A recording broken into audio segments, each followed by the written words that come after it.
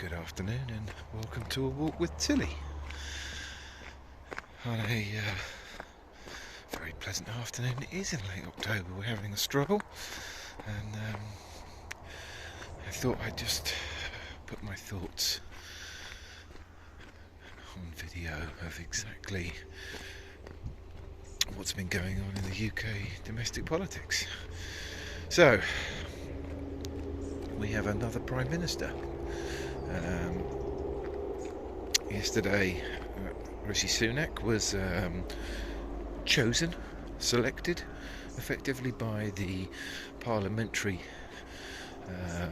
party, Conservative Party, the Parliamentary Conservative Party, the MPs within the Conservative Party. It was decided that they would put together a vote between, they would require 100 nominations from Conservative MPs. If more than one of the candidates exceeded that number, then it would be put back to the Conservative Party members to decide. By making the barrier to getting enough votes from Conservative MPs so high, what it essentially meant was that there was, in all likelihood, not going to be more than one person put forward, which is essentially what's happened. And Rishi Sunak is now the Rishi Sunak is now our new Conservative Prime Minister. Okay, so thoughts on Rishi Sunak. Well, he's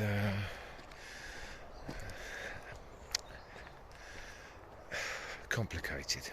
Okay, so he's definitely not as ideological as his predecessor, and also I would suggest more economically literate, I think is probably the right way of putting it. Come on, Tills, good girl.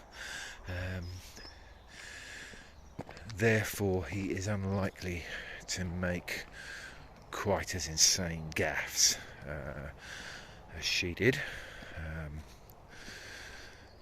However, he is still very much what would have in traditional Conservative ideology been considered to the right of the party. Probably, if you go back 15 years, 20 years, to the far right of the party. In order to gain the amount of parliamentary support required, he has had to do some deals. It would appear, one is he has reinstated Suella Braverman as his Home Secretary, but I'm going to do another short video on my thoughts about that. But he has also gathered round him a very odd bunch of ministers, people he's appointed as ministers. He had his first Prime Minister's questions today, which, considering the terrible hand he has both dealt himself and been given, he probably did the best that he was likely to be able to do with that, using very much the Boris Johnson technique of don't answer the question, go on attack with bluster and effectively twaddle. Tilly, come. So Tilly, come. Good girl. Come here. Good girl. Come on, let's go back. Good girl. So he has survived the day. As long as he manages to hand himself for another 43, he won't be the shortest serving Prime Minister. First Prime Minister of Asian descent, South Asian think, Indian descent effectively, which is a good thing. But I hasten to add that his political ideology is pretty far from progressive. He's an incredibly wealthy individual, which it wouldn't be a bad thing, but he doesn't appear to be giving much sign that he is going to be concerned about the welfare of the most vulnerable in society. I stand to be corrected, and certainly hope I am. But at least let's hope he doesn't ruin the economic outlook for a sufficient number of people within the UK, and that it causes absolute chaos.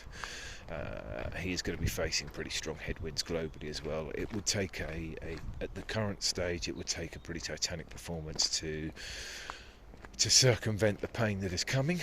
But he could. There are Ray Dalio, who's an investment guru, who's runs a hedge fund. He's made, I think, billions. I think he's a billionaire, a couple of times over. He's done a very good bit of analysis on, essentially, it's a balancing act. He needs to walk a tightrope between. So there is a tightrope to walk between stimulating the economy, keeping it afloat, keeping enough businesses in line that you don't let employment run away, whilst not creating too much inflation. So effectively doing very certainly unpopular things amongst the powerful of pretty tight fiscal controls. He needs to be very careful about. He does need to be careful about spending, but again, not to the point of damaging the most vulnerable. He needs to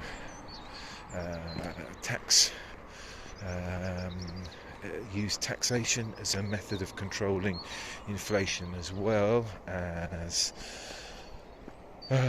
using the redistributive properties of that, or potential of that taxation, i.e. a bit of those with the biggest shoulders will have to carry more of the burden, despite their obvious reticence to do so. It is incredibly important, whilst also not letting inflation get carried away, so using interest rates and